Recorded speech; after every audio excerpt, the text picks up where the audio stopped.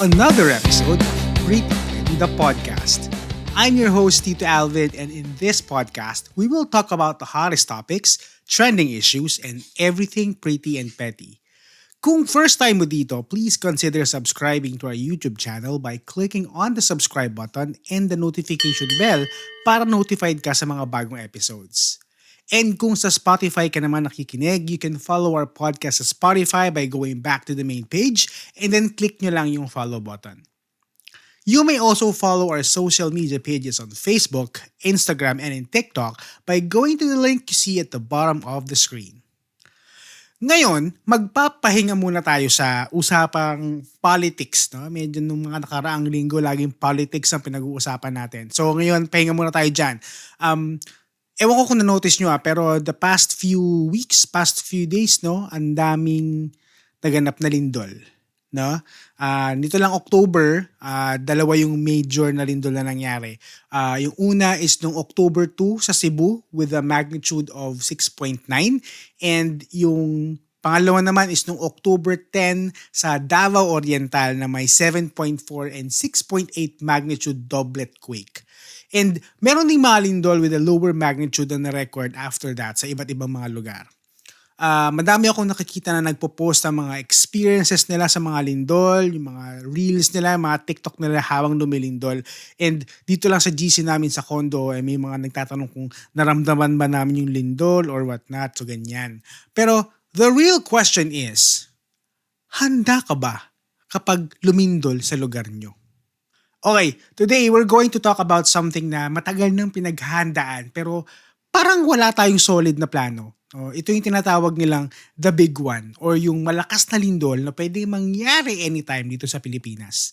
So, kung akala mo na earthquake drill lang ang dapat sineseryoso, well, surprise, surprise! Real life na to mga ka-pretty petty. Kaya sa episode na to, pag-uusapan natin kung ano pa talaga yung the big one at kung paano tayo dapat maghanda. Kasi hindi yan pwedeng pretty-pretty lang. No? Dapat ikaw ay pretty prepared. So, let's start with the basics. Ano nga ba yung tinatawag nilang the big one?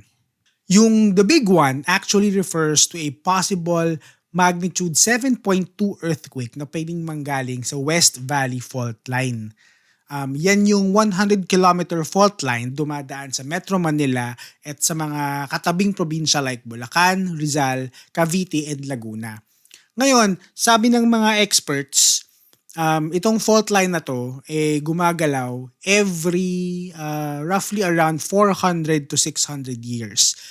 And based sa mga studies, ito ay huling gumalaw noong 1658. So if you're going to do the math, medyo malapit na tayo sa due date niyan mga besh. So this is not a question kung mangyayari ba to o hindi. It's a question of kailan ito mangyayari. At kapag nangyari to, inaasahang posibleng tumagal ang lindol na to ng 30 seconds or more. So, sa ibang tao, it might seem very short. 30 seconds lang pala Pero within that short period of time, posible na mag-collapse yung mga buildings, matumbay yung mga poste, mawala ng kuryente at tubig, at magkaroon ng matinding traffic at communication breakdown. At dahil yung fault line na to ay directly below sa mga major cities and provinces, study shows that the estimated number of casualties kapag nangyari to would reach to thousands and thousands of people. Pero bago ka magpanic, kalmahan mo lang. Sinasabi ko to hindi para manakot, kundi para maging prepared. Ang goal natin dito, hindi matakot sa the big one, kundi maging ready para sa possible na lakas ng lindol na to. Okay? So, now na alam na natin kung paano or kung gaano kalala ang pwedeng mangyari, let's talk about the important part. Paano tayo magiging prepared kapag nangyari to? So, we will talk about the things you can do before, during, and after an actual earthquake. Hindi lang the big one, kahit anong earthquake pa yan. So, simula tayo sa mga pwede nyong gawin before the actual earthquake. Number 1, prepare a go bag. Kaya ngayon pa lang, ihanda nyo na yung mga go bags ninyo. If isa kayo sa mga cities na nabigyan ng go bag before, like Pasig or QC, yan, perfect yan. Pero ang alam ko kasi is, ang binigay lang ay isang go bag per household. As much as possible kasi, dapat every single member of your household may sari-sariling go bag. Pero at least no, isa per household meron. Pero kung kaya nyong gawing isa per member, much better. Kung hindi kayo nabigyan ng mga LGUs nyo ng go bag, no, pwede naman kayo mag-DIY. Check nyo na lang sa Facebook or sa TikTok yung mga contents ng go bags ng ibang city. Tapos i-replicate nyo na lang. Binigay sa Watsons, binigay sa Mercury Drug or sa mall ng mga possible na pwede nyo ilagay sa go bags ninyo. Usually naman ang laman yan ay mga flashlights, canned goods, water, whistle, first aid kits, power banks, yan. Pwede nyo rin isama yung mga important documents nyo dyan. Ngayon, kung may mga fur babies kayo, okay, isama nyo na din sa go bag ninyo yung ilang mga items for them. Like a small amount of pet food, food bowls, and leash. Number 2 na pwede nyong gawin before an actual earthquake is to make a family plan. Okay, hindi yung family planning na contraceptives, no. Ang ibig ko sabihin is magplano kayo ngayon pa lang kung saan kayo pupunta during the earthquake or in case na magkahiwa-hiwalay kayo, saan kayo pwedeng magkita-kita. Anong route ang dadaanan nyo papunta sa assembly area? Sino magdadala ng go bag? Sino ang magbibitbit sa mga pets at sa mga junakis ninyo? Kung walang fire drill dyan sa lugar kung saan kayo nakatira, pwede naman kayong gumawa ng sarili nyong fire drill. No, mas okay na OA kayo sa plano kaysa sabaw kayo sa actual disaster. Third na pwede yung gawin before an actual earthquake is know your safe spots. Okay? Ngayon pa lang, i-check nyo na yung mga places sa bahay, sa village, subdivisions nyo, sa school or sa office, or kung saan ka madalas maglalalagi na pwede mong puntahan during the earthquake. Example nito yung mga desks, tables, stable columns, etc. Ngayon pa lang, alamin mo na kung saan ka pwedeng mag-drop, hold, and cover para hindi ka aligaga pagdating ng actual na lindol. Okay? Ito, quick side story lang, no? Baka narinig nyo na rin yung term na triangle of life. Okay, narinig nyo na ba yung term na yan? So, ito yung survival concept kapag earthquake na nagsasabing huwag kang magtago sa ilalim ng mesa habang lumilindol. Kasi daw, kapag bumagsak yung ceiling, madudurog daw yung mesa. And instead, sinasabi nila na dapat pumesto ka sa isang or sa tabi ng isang matibay na bagay or furniture like beside the sofa or beside the refrigerator kasi dun daw magkakaroon ng triangle-shaped space kung saan pwede ka mabuhay. Sounds logical, right? Pero ang sabi ng PHIVOLCS at NDRRMC, hindi ito officially recommended sa Pilipinas. Kasi karamihan sa mga building structures natin, hindi pareho sa structures na ginagamit sa mga foreign studies. So, iba-iba yung materials, yung design, at density ng mga debris. Kaya yung triangle of life might not work the same way here dito sa Pilipinas. So, take that concept with a grain of salt. You may want to do it, you may try, but ang sabi ng PHIVOLCS ay mag-stick tayo dun sa alam natin which is yung duck, hold, and cover sa ilalim ng mga sturdy na mga appliances or sturdy na mga furniture like tables and desks. Now, fourth thing you can do before an earthquake is have the emergency numbers ready. Okay? Pakinabangan nyo naman yung phone book ng phones ninyo. I-save nyo dyan yung mga emergency numbers ng lugar ninyo. The idea is hopefully hindi natin siya gamitin. Pero mas maganda na we have it ready just in case kailangan natin siya sa oras ng sakuna. So, yan yung ilan sa mga bagay na pwede mong gawin before an actual earthquake. Ngayon, ano naman ang pwede mong gawin during an earthquake? No, nangyayari na yung lindol, ano ang pwede mong gawin? Okay, number 1. If you are inside a car during an earthquake, no, you should stay calm. No? Stay put ka lang. Huwag mong i-brake hard yung kotse or biglang lumabas ng sasakyan. Mas maganda mag-pull over ka sa isang safe na area na malayo sa buildings, malayo sa poste or mga puno. Iwasang pumasok sa mga tunnels or mag-park sa ilalim ng overpass. Okay? Tapos, pag natapos yung mga shaking, no, drive carefully. Expect mo na maraming debris, expect mo na maraming traffic sa paligid, expect that there might be some aftershocks. So, mas maging maingat sa pagmamaneho after ng lindol. Kung nasa eskwelahan ka naman, okay, during an earthquake, you should drop, cover, and hold on to your sturdy desk or table. Huwag magtulakan palabas, no? Always stay calm. Hindi ito amazing race. Sumunod kayo sa mga instructions ng teachers or designated safety officer, at kapag nasa labas ka na or open ground na, stay there until declared safe. Tapos kung meron kang crush sa class mo, no, ito na yung perfect time para tanungin siya kung okay lang ba siya. Charot lang. Bawal mo na lumande kapag sakuna, no? Focus muna tayo sa sarili nating survival. Okay, number 3, if you are in the office naman, no, same thing. Drop, cover, and hold sa ilalim ng mesa or isang sturdy furniture.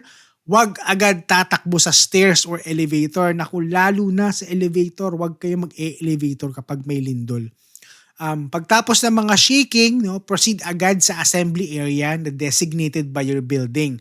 Usually, yung mga companies may mga safety officers din yan. Okay, sundin nyo sila. Please, no, huwag kayo mas marunong pa sa kanila. Sundin nyo sila. Nag-undergo yan ng mga training para sa mga situations like this. Also, kapag lumilindol na, huwag nyo na ding isiping dumaan muna sa mga lockers nyo para kunin yung gamit nyo, no? Iwan nyo na muna yan. Mas importante yung buhay ninyo kaysa yung cellphone na nakatago sa locker. Next, if you are inside a train like LRT or MRT, okay, during the earthquake, hold on to the nearest handrail. Huwag tatakbo or sisigaw. Huwag din piliting buksan yung pintuan ng train or tumalon palabas. Okay? Always wait for instructions from the train operator. Kapag guminto yung train sa pagitan ng mga stations, again, stay inside until you're given instructions na clear na lumabas. Kung ikaw naman ay nasa mall or nasa isang high-rise na building, okay, same thing, drop, hold, and covers, basic naman yan, pero lumayo ka sa mga glass walls, sa mga shelves, at sa escalators. Hanapin mo yung matibay na spot. Usually yan yung mga pillars at columns sa mga buildings. Kapag may announcement ng evacuation, sumunod agad. No, wag na munang mag-shopping spree ng mga clearance sale. Dadaan muna ako sa ganyan kasi baka pwedeng makaharbat ng sale. No, wag muna. Kung may lindol na nga, yung pa iniisip nyo. Or worst, no, yung iba naiisip ang magnakaw sa mga store sa oras ng sakuna. Okay, wag naman pong ganyan.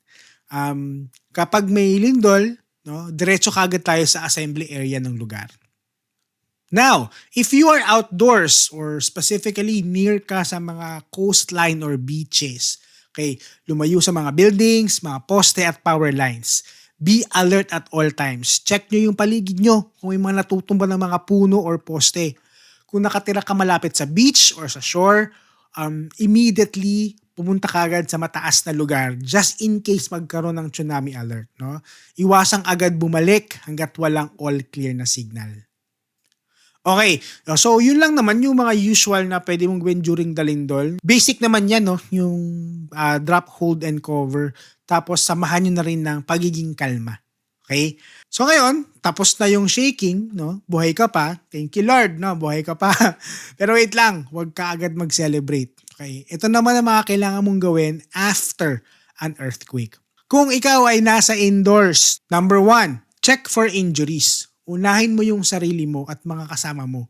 Kung may mga sugatan, okay, use your first aid kit at humingi agad ng tulong kung kailangan. Number 2, kung nasa bahay ka, no, turn off yung utilities. I-off mo yung kuryente. Kung naka-gas range kayo, off mo yung gas, yung tubig. Check mo kung may leak or damage. Kadalasan kasi right after ng lindol, nasusundan niya ng sunog. Kasi may mga leaks ng mga gas, may mga damages sa electricity. So, kung nasa loob ka ng bahay, make sure na after ng pag-shake, no, i-off mo na kagad yung breaker ng kuryente nyo para safe yung loob from electric damages. Number 3, watch out for falling objects. No? Huwag agad kayong tatayo or lalabas nang hindi tinitignan kung may mga delikadong debris bang nahulog, nabitak, or posibleng mahulog. And number 4, exit calmly. Kung safe nang lumabas ng building, okay, dahan-dahang lumabas ng building ninyo or ng bahay ninyo. Huwag magtulakan at huwag magpanik. Always move to an open space, no? Tapos kapag nasa labas ka na malayo sa mga building, sa mga poste, at sa mga electric lines, stay there and wait for further announcements. Ngayon, if you are outdoors naman, so tapos na yung lindol at nasa labas ka ng bahay ninyo. Okay, number 1, always stay alert. Mag-ingat sa mga bumabagsak na debris, glass, or power lines. As much as possible, lumayo kayo sa mga pader, sa mga puno, sa mga billboards, or anything na pwedeng matumba. Posibleng ngayon nakatayo yan, pero konting aftershock, posibleng tumumba na din yan. Kung kayo naman ay near sa coastline, again, immediately go uphill fast.